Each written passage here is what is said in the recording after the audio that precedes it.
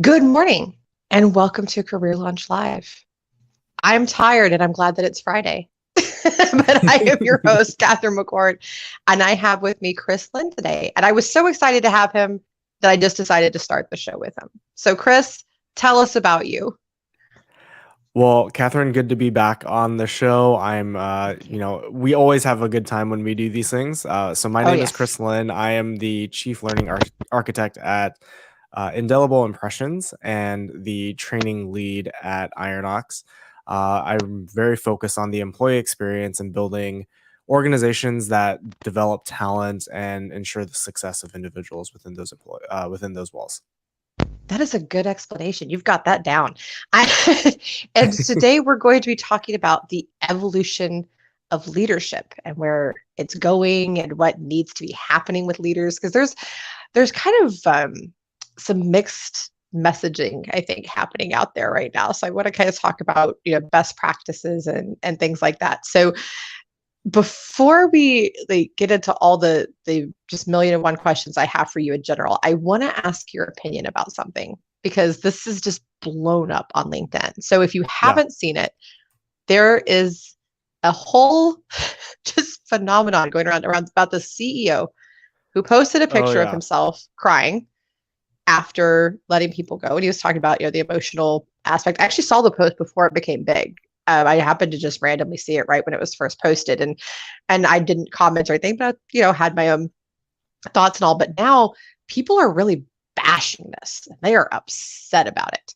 So I would like to hear your thoughts. First of all, why they're upset. I'm sure you've seen all the same stuff I have, and then kind of your thoughts on that whole scenario. Yeah, I think people are upset for a number of reasons, but to I think get at the heart of it is there is this perceived threat that of of what is has not been considered traditionally leadership or authenticity, right? We this Right. old traditional ideal of leadership is this machoism and you get things done, this charisma, and that CEO's post flies in the face of that.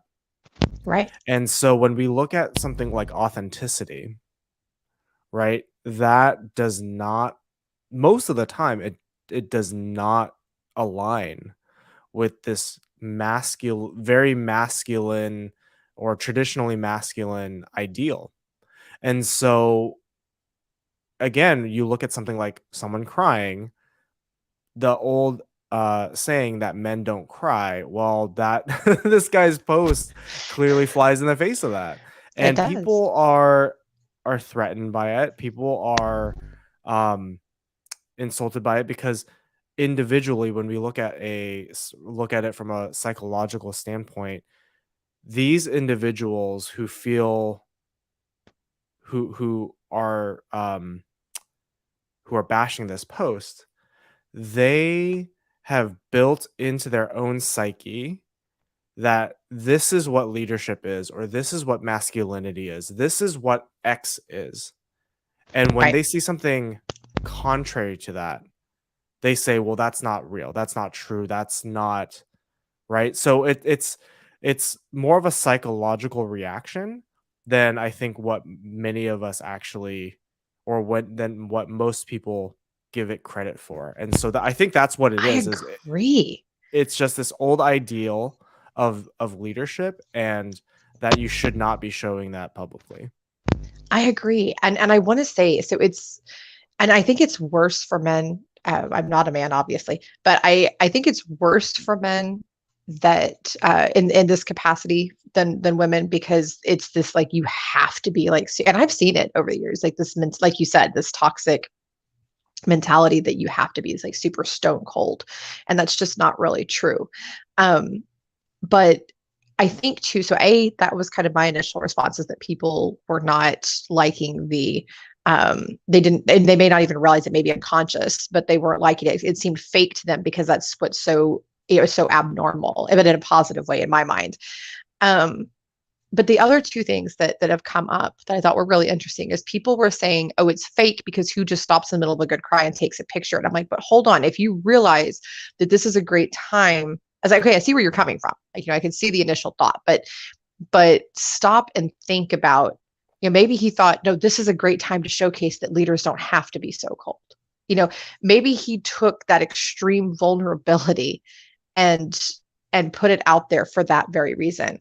And good, if so, kudos to him for that level of vulnerability. But then the other side of it, the other side that I also did agree with, and it was actually one of my very first thoughts is, okay, I'm glad that you're sad about it. Thank you for showing your emotion, but also, what did you do to try to prevent it? Like, did you take a pay cut? Did you sell your second Lamborghini or whatever it is they had, just depending on the exact leader? What Yeah. did you do to try to prevent this? And what are you doing to try to help? Like, did you provide resources? I saw a post about that, and that was the one that I most identified with in terms of, yeah, okay, I see that too. Because I think it's a balance. Like, yes, sometimes you have to do layoffs as a business, and it sucks. It sucks. Yeah. But it's how you handle it, what information you give, what did you do to try to prevent it, that type of thing. So what are your kind of thoughts about, when these kinds of things happen to leaders, what are some of the things that they need to be doing to also take care of the people, and what should they be doing to try to prevent it from happening in the first place? Yeah. I mean, we are in a time where the pendulum is swinging back, right? From a Right. high spend, grow at all costs, um, economic recovery kind of period, right? We had the pandemic. You and I saw a bunch of layoffs then. Then Oh all of a yeah. sudden it was like, oh wait, no, that was not the right move. We need to hire. We need to grow. This is actually a great opportunity for growth. And spending was almost uncapped. And Yeah. now it's swinging back the other way when a lot of organizations like that was a mistake. So first off, as organizations and leaders see an opportunity to grow, it is their responsibility. It is our responsibility to grow fiscally responsibly, right? Like we have to grow Yes. in a way where we say, Yes. okay, if yes, we need to capture this moment to as an opportunity. However, if tomorrow, say the market were to go dead, would this still be the right move from a financial Right. aspect? So I think that's even before we get to the, you know, what are we doing for employees that we may have to lay off? We have to make a good, sound decision to say, yes, this is the right hire, right? Yes. Um, so there's that. The so if when we go to where we are today, where we are seeing layoffs, I think the report in July was that there were over 30,000 layoffs from big Yeah. organizations like the Googles and Facebooks and all of these, and Hypersocial in this case. Um, I think employees are very, very aware of when leaders are not being authentic and have not done everything they can in their power.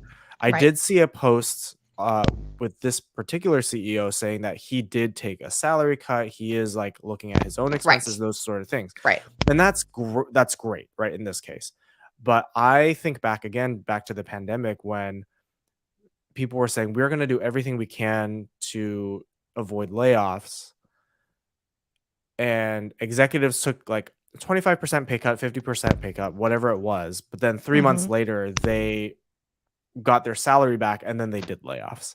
And Yep. so that in and of Yep. itself, everyone can agree feels icky and gross and lacks integrity. So I think that when you Lacks when you look at integrity.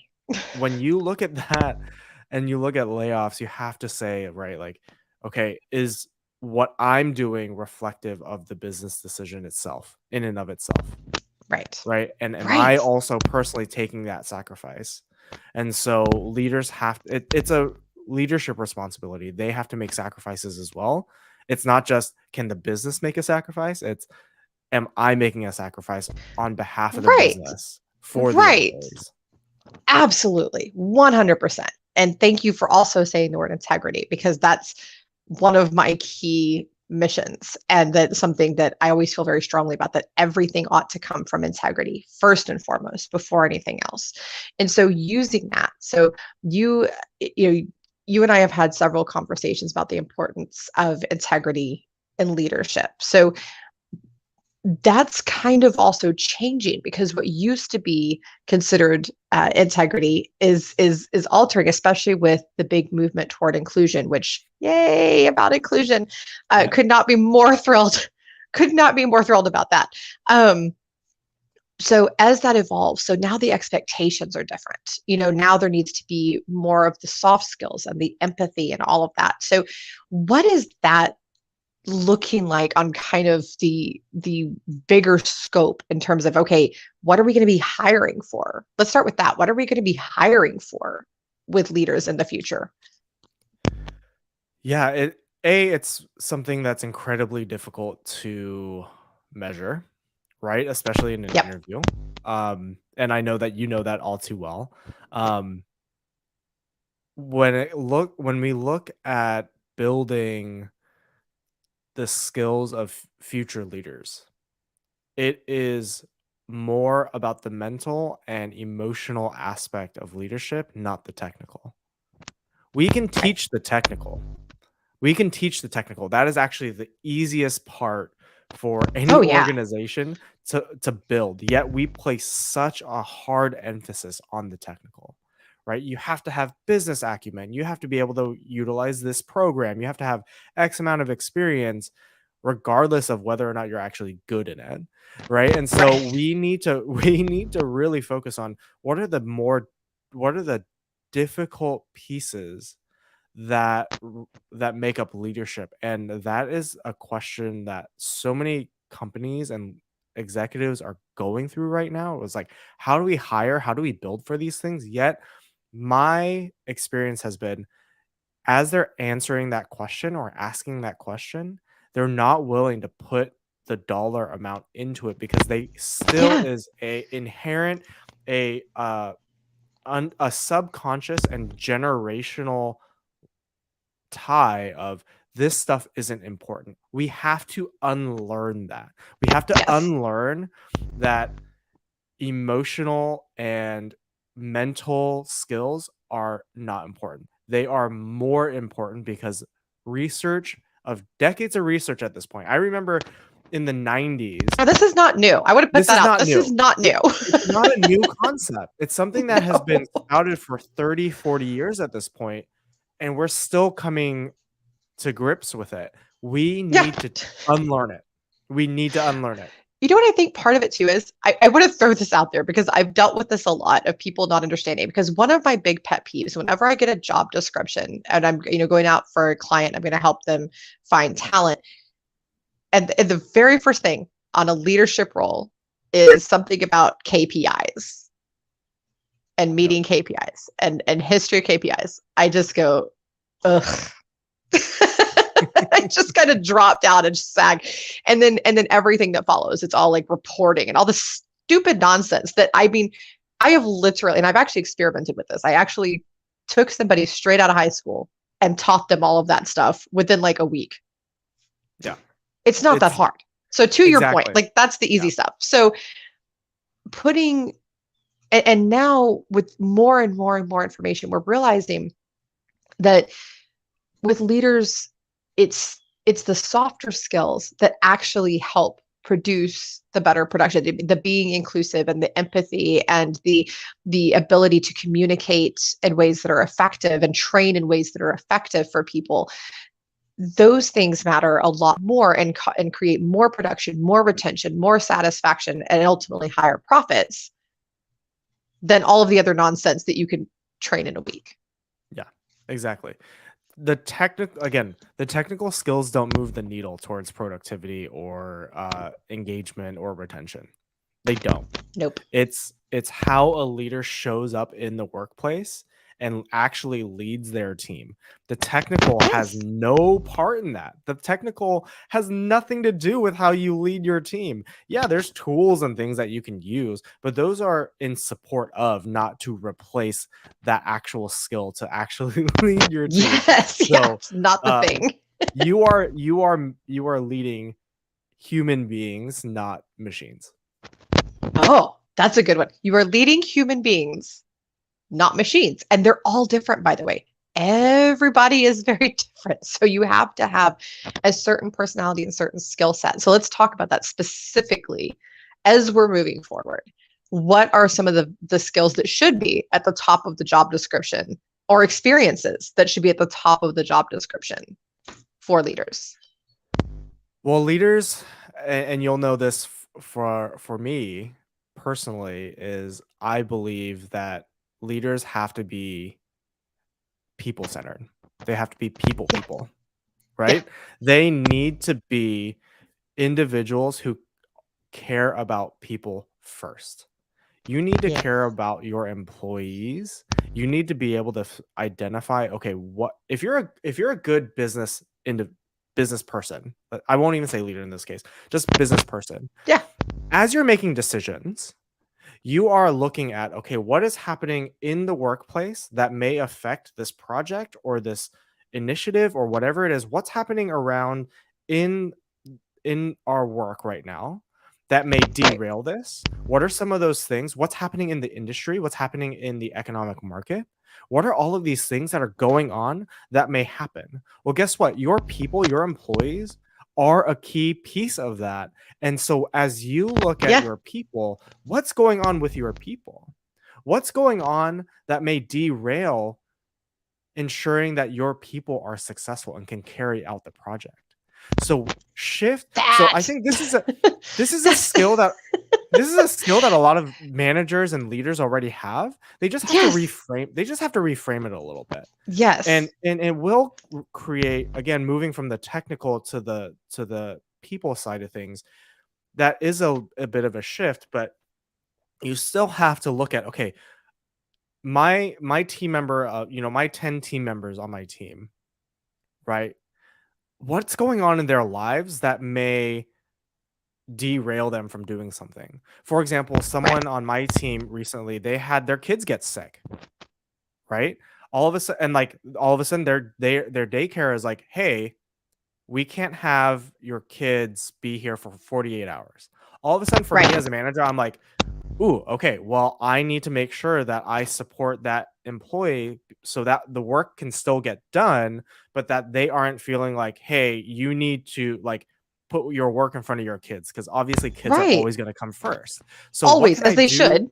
Yes. And so what can I do to make sure that that employee feels like, hey, I feel supported in the workplace, and yet I feel like I can be a good parent. Right. And so Yes. we just have to reframe the way that we look at these things and look at, okay, how can I ensure the success of my own individual people? Yes.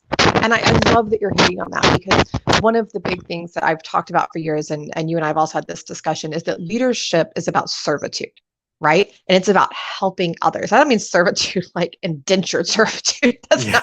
That's not what I mean. I mean, like, just, you're there to help. You're there to be a helper. And so your whole focus needs to be on these humans and what goes on with them. But I also want to say, don't be nosy in that process. Yeah. I've seen, in fact, I recently had to hop on a post and go, okay, I appreciate what you're thinking, but please don't tell people to do this. And it was a post telling people, leaders, that they should be asking people, well, do you have this neurodiversity? Maybe is this something that we need to accommodate? Is it no? Yeah.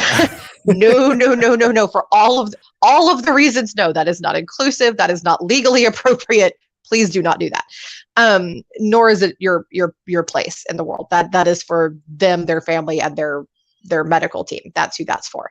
But what you should be doing is observing them, because here's the ultimate thing. You don't need to know the why behind an accommodation, right? Whatever it's for, whether it's your sick kids, whether it's a long-term thing for a physical condition or diversity, whether it's something for a neurodiversity, whether, whatever it is, you don't need to know the why.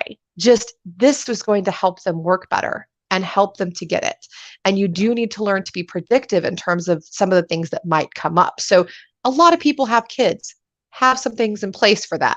A lot of people have health conditions, have some standard accommodations there, have some standard things that are there, and then be open for the wild and crazy things that, God, like, who would have ever expected this, Yeah. Well, So I'm still let me jump on that real quick. If yeah, we design for the fringe, we automatically become inclusive. If we design yes, currently the workplace is designed for like this segment of people yeah, and everyone else just kind of falls off, and that's where we see inequity, right? And that's where we see right. unfair and just horrible workplaces for those people. Are those is when we design a workplace that is only for this segment and not for these people. So that's It's actually one. most people, by the way, that it's not built Yeah. for. Like it's built for Yeah, it's a young, very healthy, it's no like a kids, no yeah, life, it's actually you know? yeah, it's a very, very slim segment of our society. And so, but if you design the workplace for the people who are all the way out here, and you can't see my arms like stretching out wide right now, but all the way out here, you create an inclusive environment for everyone in between. So Yes, that's what I want to say real quick is create for out here. You're automatically going to create an environment that works for the people in the middle. absolutely. Absolutely. That's a great way to put it too. Like it's just think big whenever you're designing processes, procedures, accommodations, like whatever it is, your leadership style, everything. Just think big, what works for people. For instance, one of the things that I get asked about a lot are meetings. So people ask, "Oh, I want Zoom meetings with camera on." Well, that doesn't work for everybody. Calm down. Uh, and people may need to have also captions at the bottom. You may need to have different types of filters, auditory equipment. I've seen leaders that complain about headphones. Why does that affect you? If somebody's wearing headphones to talk to you, why does that affect you? Calm down. Yeah. So think big. Think, okay, we need a meeting. We need to all come together. We're all remote.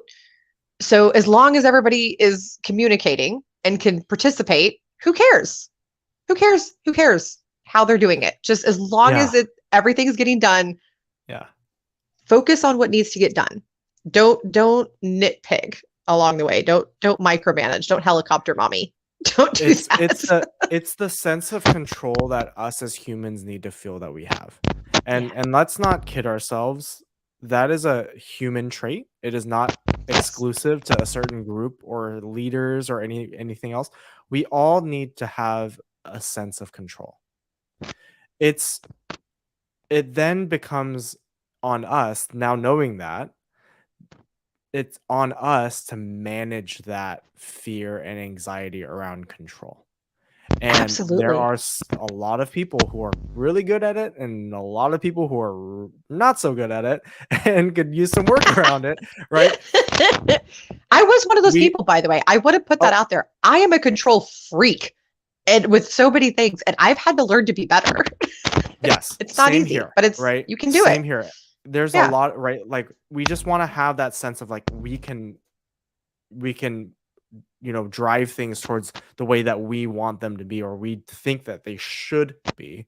And so it's important to look at, okay, well, let's focus on the end result first, Right. right? The end result is getting the work done and well. And what needs to happen from there? What are the controlling pieces that I as a leader can have to make sure that we hit that goal? Very Right. often, a lot of managers, and again, this goes back to our humanness as leaders, is that we want to focus on because the result is in the future. It's not today. It's not now. So what can I control today? And we forget Right. about the future. Right. It's not So okay. That's not your job. yeah, so Future. so for me, yeah, for me, I like to work backwards. I like to look, what is the end result? Okay, what do I need to do to get to that result? And then that is how I will manage, or that's how I'll create an environment for my There you team. go. And be ready to be flexible in that too, because God, I've learned to start working that way, and it's so much more effective. Well, actually, I've always kind of worked that way, but I've more honed it in a very specific. I've made it more organized over the years, and so, but you have to be flexible along the way too, because things blow up, and don't freak out. It's okay. Things happen. It's like well, that was frustrating, but when you have the right team, and when you know that that team is very capable, you can lean on them and go, okay, guys, well, this happened. All right, so now what do we do? Now what? Now Yep. what's the next thing? It's just part of it. These things happen, but when you have the right humans and you give them the autonomy to do their jobs and the authority to do their jobs, that's the other thing. Let's stop with the let's hire someone and then treat them like a child in their own job. You've hired somebody, let them do their job. They shouldn't have to ask you to blow their nose. Like it shouldn't be like, oh, I want to do this report this way instead of this way. Who cares? If it's Yeah. more effective and they're the expert and they're the one doing it, let them do it. If it doesn't work, you can always change it later. Be Yes, flexible. and I'll take that one step further, and this goes back to one of your original questions around like, well, what do we hire for? How do we hire and grow individuals? I I like, unless it's an absolute need to have expertise in a certain area, I am actually more willing as a manager to hire for someone who can grow into that role. Yes. Yes. Very often, I would say 90 to 95% of managers are looking for the perfect candidate for that position. Which does And not it's exist. gross. Does not It's exist. so A. gross. But B, you limit your field from thousands and tens of thousands of potential individuals down to like one or two. You're literally looking for like a needle in a haystack. And Yeah, not it's only gotten are ridiculous. it's horrible. So for It's me, ineffective. I am willing to help individuals. And again, that's how I see myself as how I define myself as a leader is I'm going to help and support the growth of individuals. Is I am willing to, as long as they showcase that willingness to grow and learn and ask questions and figure it out, then I know that they can do the work. That they'll figure Absolutely. it out. I will guide Yeah. them into the direction that I need them to do the work. I once put a more of a willingness. 63-year-old receptionist into a recruiter role. Never had done it before anything. She blew it away, ended up being one of the best recruiters, most requested by candidates that we had. Everybody Yeah. thought I was crazy. And I was like, what? She can do it. Look at her. Like she's awesome. She'll nail it. And Exactly. she did. She was incredible. And Hire again, hire to solve the problem. Don't picture your candidate that you need to hire. Hire to solve the problem. exactly. It's not that What is hard. that? What is that end goal again? Look at that. Yeah, exactly. End goals. I think that should be the whole message behind this. Focus on your end goal. So with that, because we are closing out right now, tell everybody your final thoughts and how to find you. Awesome. Well, final thoughts is, as leaders and we look at the evolution of leadership, it's more and more becoming people centered. So whether or not you like it, focus more on your people. If you create people first organizations and cultures, you're going to naturally create inclusive and productive organizations that allow individuals to thrive.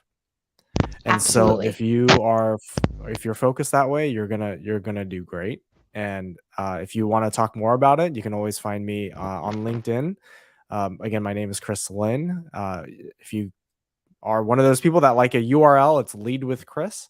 You can find me on LinkedIn. You can find me on my website, Leading People First, and you can also find me doing some great DEI work with Indelible Impressions. Yes. And I personally vouch for Chris. His work is amazing. I always am checking into what he's doing. He does some pretty cool stuff. So definitely connect with him, connect with me on LinkedIn. And if you want to hear from a company that does inclusion right and really truly builds out a people first culture, I'm going to have one of my favorite, in fact, my favorite client, Syncro, on the show later this season. So check in then. Outside of that, have a great Friday, everybody. Same time, same place next week. Be great.